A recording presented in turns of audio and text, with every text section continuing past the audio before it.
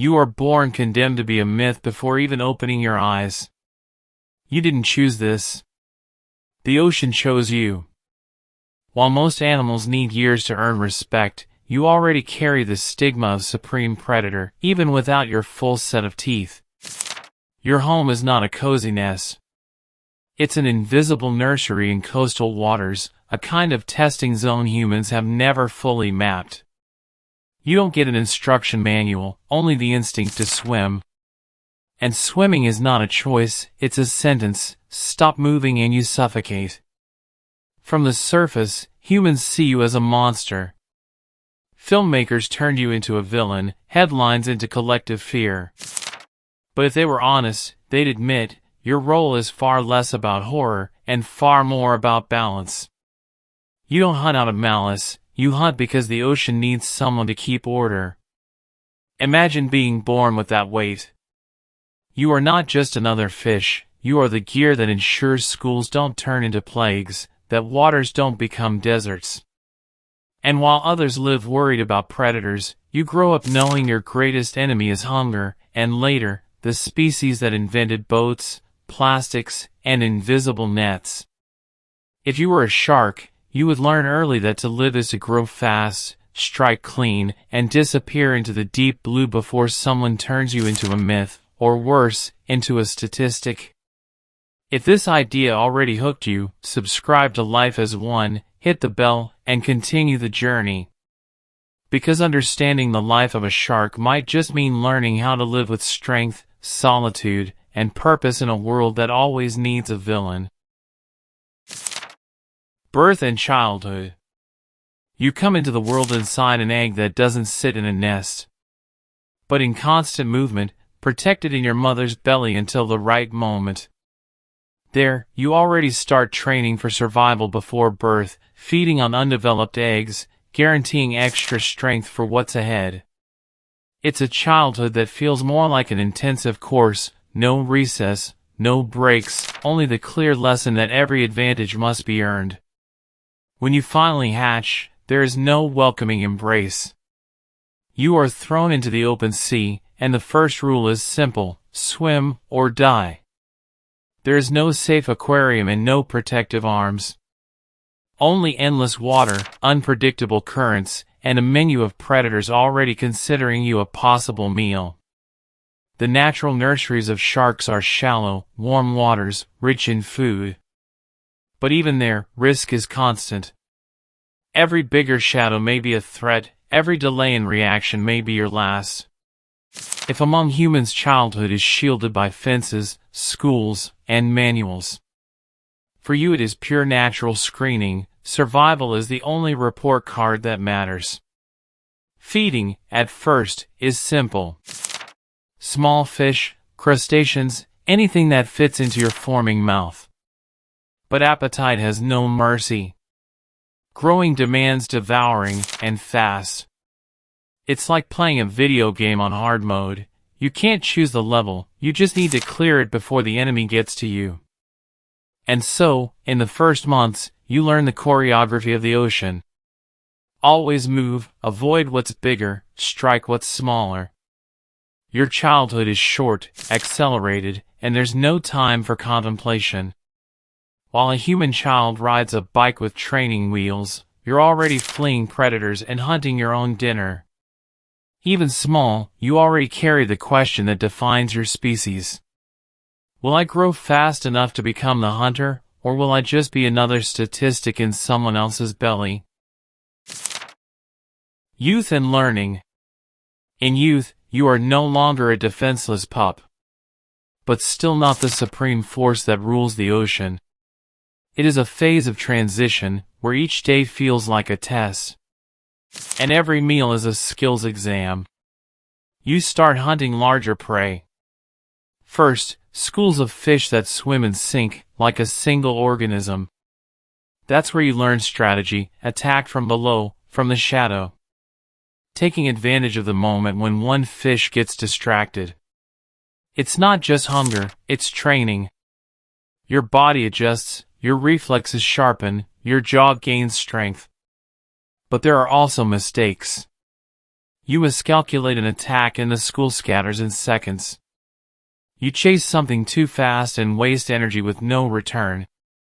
It's like human adolescence, testing limits, paying dearly for each misstep, and learning that experience never comes for free. The sea is a strict teacher. It demands discipline, constant swimming, reading currents, perceiving electrical signals in the bodies of prey. You discover your biological sixth sense, electroreception, that captures minimal impulses, as if each creature emitted an invisible signature. Its radar, its compass, its genetic advantage. In encounters, youth also teaches caution. You cross paths with bigger sharks, already adults, and realize that respect is the first social currency. Approaching too close to a whale carcass may bring food, or a death sentence if another has already claimed it. In human translation, it's like arriving late to a group of friends and trying to grab the last slice of pizza that clearly already had an owner. And at the bottom of this stage, something grows beyond hunger. The feeling of belonging to the sea. You no longer fear shadows as much. You no longer waste energy in vain. You already understand that every strike must be calculated. Youth is not about being invincible. It's about collecting scars that become compasses. When night comes and the ocean falls silent, you rest knowing you are a little bigger, a little stronger, a little closer to becoming what has always been written in your genes, hunter. Adult life and routine. Now, your life is no longer just about learning. You are no longer just a young one testing limits, but an adult who must keep a constant rhythm to survive.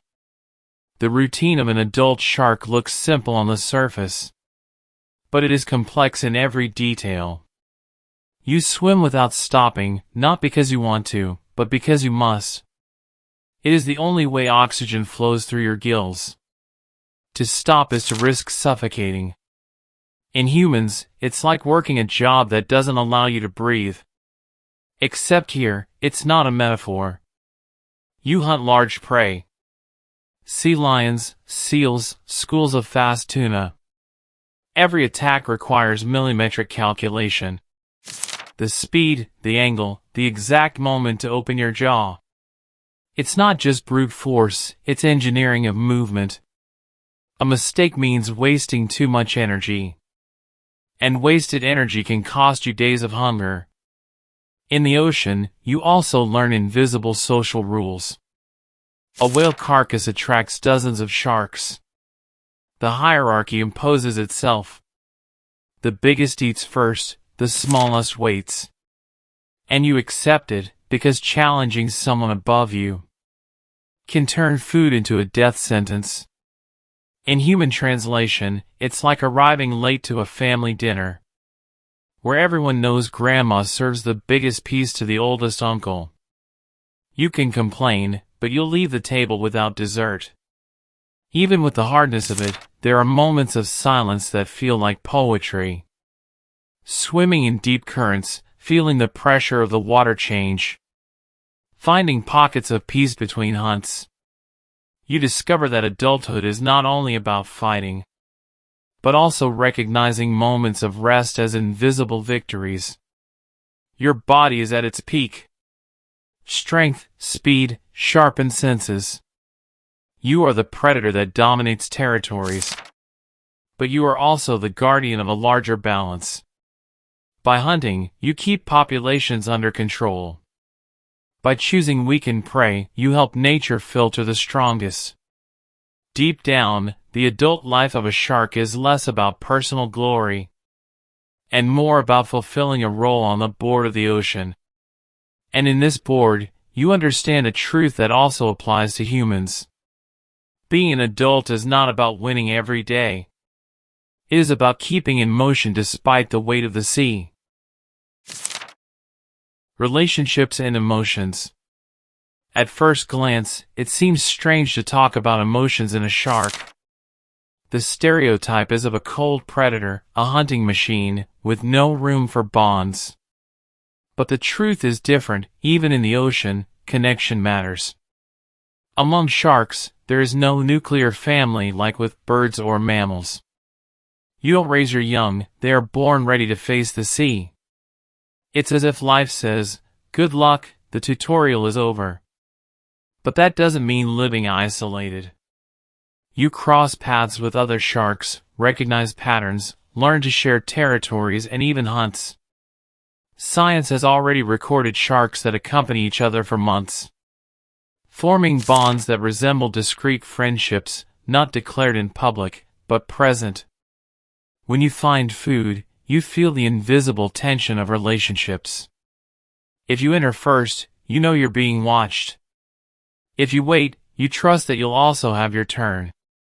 It's a game of minimal trust. Everyone hunts alone, but depends on a certain order not to destroy each other.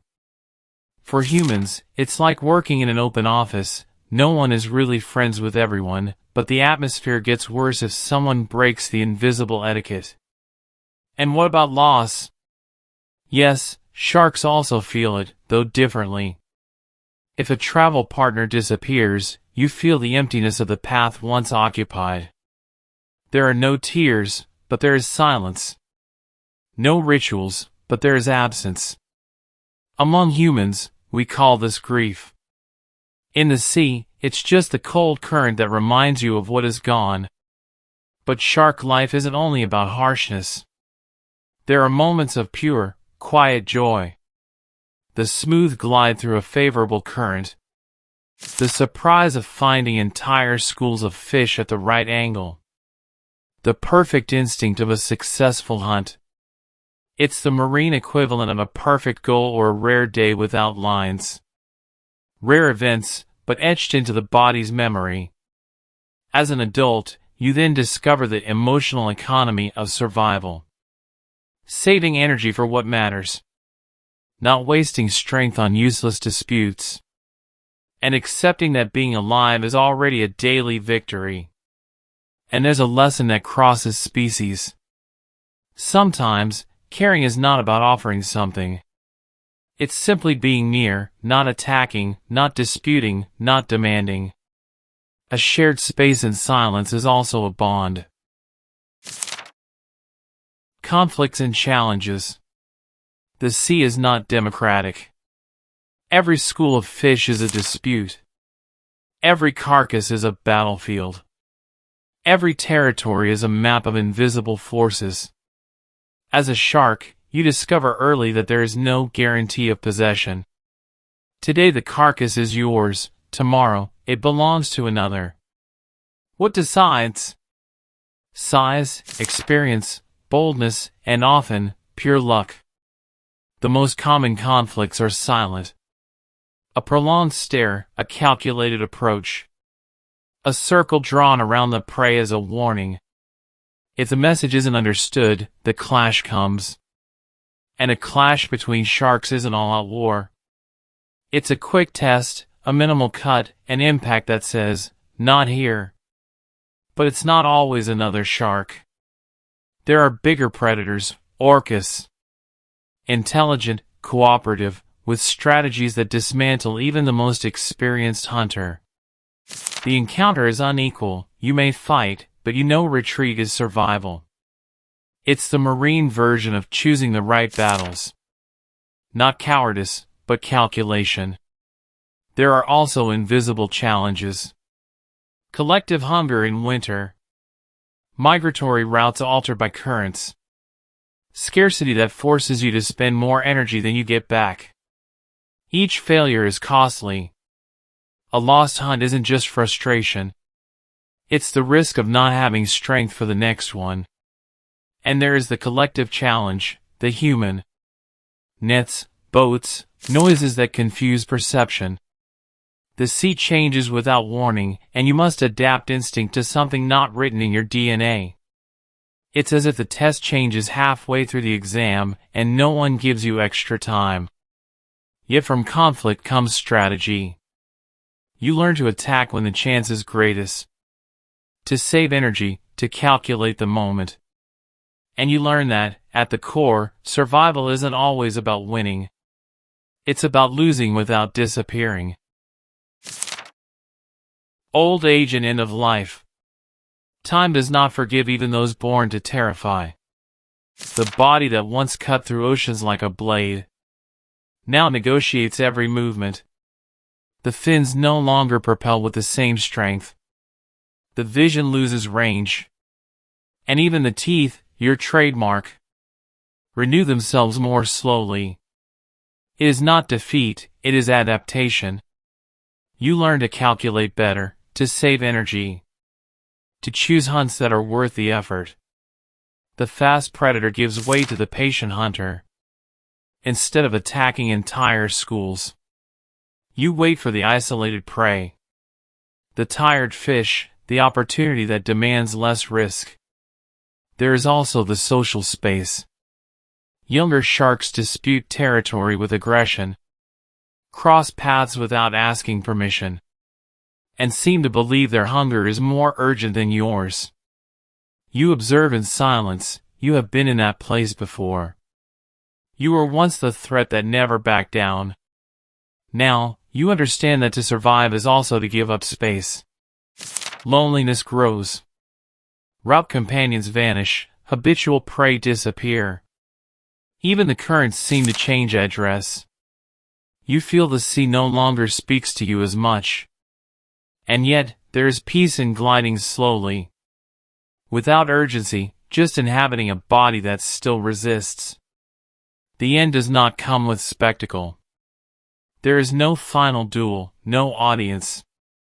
Perhaps it is one last dive too deep, or a prolonged rest in cold waters. The shape does not matter, because the legacy is not in death. It is in the routes you opened, in the cycles you maintained, in the balance you helped preserve, even without knowing it. To be a shark until the end is to be part of an ocean larger than yourself. And when the body fades, the sea continues telling the story in silence. Human or shark, maybe the difference is only the scenery. We too are born fragile, grow up fighting for space, learn to seek what is necessary, to keep what is essential, and to share what makes sense. We also feel the pressure of survival, the weight of loneliness, the urgency to adapt. And, like them, we spend life balancing strength and fragility, instinct and choice, silence and cry. The shark reminds you that you don't have to be the fastest always, nor the fiercest all the time. Sometimes, victory is simply surviving another winter, or just keeping on swimming when it seemed there was no way out. And if, at some moment of this journey, you saw yourself in this submerged mirror, then the story fulfilled its role. Subscribe to Life as One, hit the bell, and keep diving with us into lives that, by being so different, end up revealing what is most human in us.